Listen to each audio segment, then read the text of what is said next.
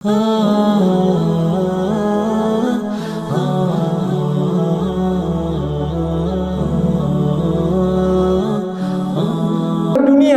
dibunuh oleh Abu Jahal, ditusuk. Kemudian suaminya demikian pula disiksa sampai mati. Mereka mengorbankan jiwanya, ikhlas hanya untuk Allah, niatnya untuk Allah Subhanahu wa taala. Maka itu yang membedakan antara satu dengan yang lain. Sama kita yang hadir di masjid ini pun akan berbeda-beda pahalanya. Karena apa? Tergantung dengan niatnya. Terlihat apa tidak? Terlihat apa tidak? Tidak terlihat. Kenapa? Karena niat itu di sini. Seandainya terlihat niat itu, maka kita bisa melihat, oh ini lebih besar pahalanya, ini lebih kecil, lebih besar. Ketika para ulama mengatakan bahwa niat itu tempatnya di qalb, hati, di hati, itu di jantung sebenarnya. Jamaah yang dimuliakan Allah Subhanahu wa taala. Kemudian hal haditsu dalilun ala fadlil hijrah ila Allah wa rasulih. Hadis ini juga menunjukkan bahwa hijrah itu mempunyai keutamaan karena Allah dan Rasulnya. Hijrah ini senantiasa ada sampai hari kiamat. Hijrah itu apa? Asal dari kata hijrah itu adalah al-intiqali min biladil kufri ila biladil muslimin khaufan minal fitnah. Hijrah itu artinya berpindah dari negeri kafir kepada negeri muslim karena takut fitnah. Dia melakukan ibadah, sholat, puasa, diazab, dihukum. Nah ini sudah zaman ini ada tidak? Kalau yang dengan saudara kita di Rohingya itu kira-kira sama ya. Di sana ditindas, kemudian mereka berhijrah. Walaupun di Indonesia di sebagian tempat diusir juga tuh, karena perilaku mungkin wallahu alam ya, apa yang kita tidak mengetahui hakikatnya. Kenapa? Tapi kondisi mereka memang mengharuskan untuk hijrah. Mereka ditindas, melakukan ibadah sulit, diperangi oleh pemerintahannya sendiri. Ya mudah-mudahan kita tidak terjadi pada kita semua dan menyelamatkan mereka dengan kita semua dengan pertolongan Allah Subhanahu wa taala. Itu tapi tidak selamanya bentuk hijrah seperti itu. Hijrah kata para ulama bisa berarti kita meninggalkan kemaksiatan menuju ketaatan, meninggalkan kesyirikan dan kekufuran menuju iman dan ketauhidan. Makanya ada sekarang itu banyak para artis ya, dia berhijrah, betul tidak? Ada yang mengatakan artis hijrah, meninggalkan kerjaan mereka sebelumnya, menampakkan auratnya dan lain sebagainya. Mereka ada ketaatan.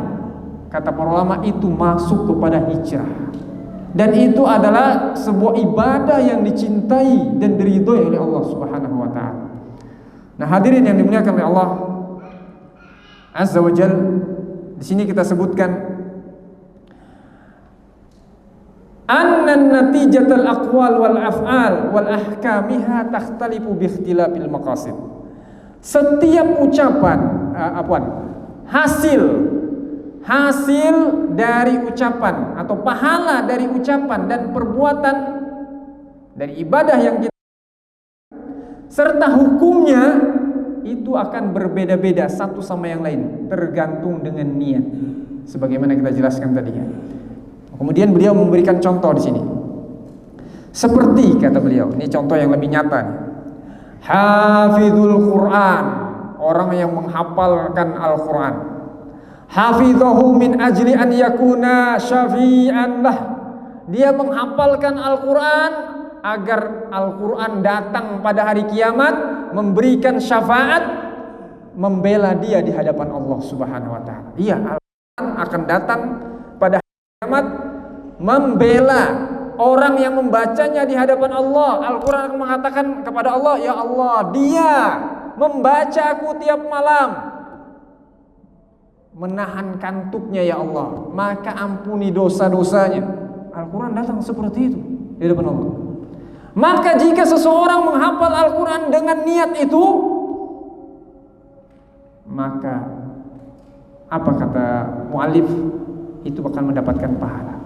Wal akhar hafizahu liyuqal hafidun, dan orang lain menghafalkan Al-Quran agar dikatakan bahwa dia adalah seorang hafid, seorang penghafal Al-Quran. Berbeda ya, kalau satu tadi ingin menghafalkan Al-Quran agar Al-Quran ini datang pada hari kiamat sebagai pembelanya, penolongnya.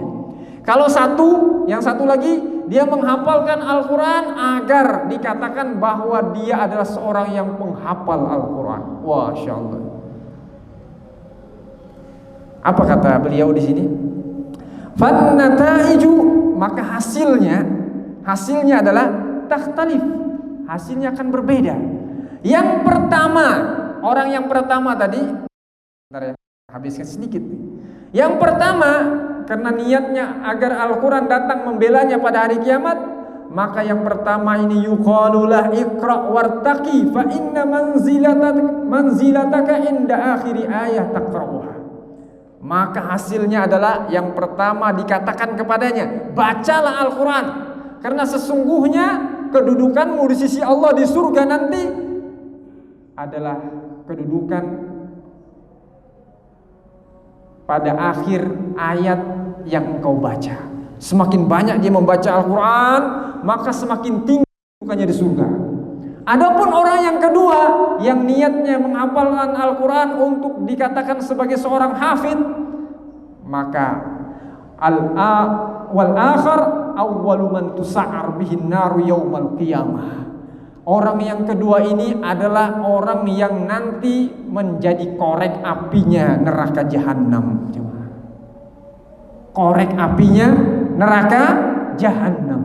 Orang yang pertama dijebloskan ke dalam neraka adalah orang yang membaca Al-Quran dengan niat bukan karena Allah Subhanahu wa ta'ala. Nanti insya Allah kalau sempat bacakan hadisnya. Tapi kita cukup sampai di sini dulu, kita mendengarkan azan terlebih dahulu. Azan, Ustaz.